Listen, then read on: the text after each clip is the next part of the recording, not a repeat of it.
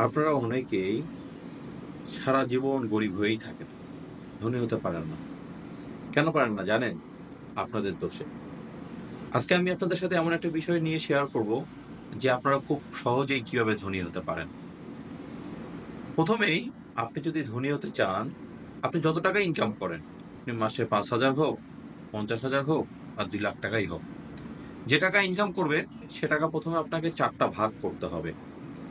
৪ টা ভাগ করে ১ম ২ ভাগ টাকা আপনাকে আপনার সংসারের পিছনে খরচ করতে হবে।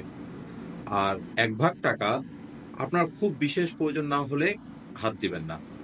আর বাকি যে ১ ভাগ টাকা থাকলো, ওই টাকা আপনার কোনোভাবেই হাত দেয়া যাবে না।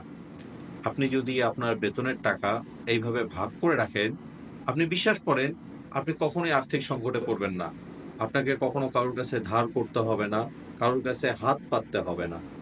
সুতরাং সবসময় বেতনকে ৪ ভাগ করে রাখবেন এবং ২ ভাগ শুধুমাত্র সংসারের পিছনে খরচ করবেন। ১ ভাগ খুব বিশেষ প্রয়োজন ছাড়া খরচ করবেন না।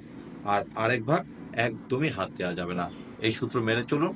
দেখবেন আপনিও ১ বছরের মধ্যে ধনী হয়ে গিয়েছেন। ভিডিওটি ভালো লাগলে শেয়ার করবেন। ধন্যবাদ।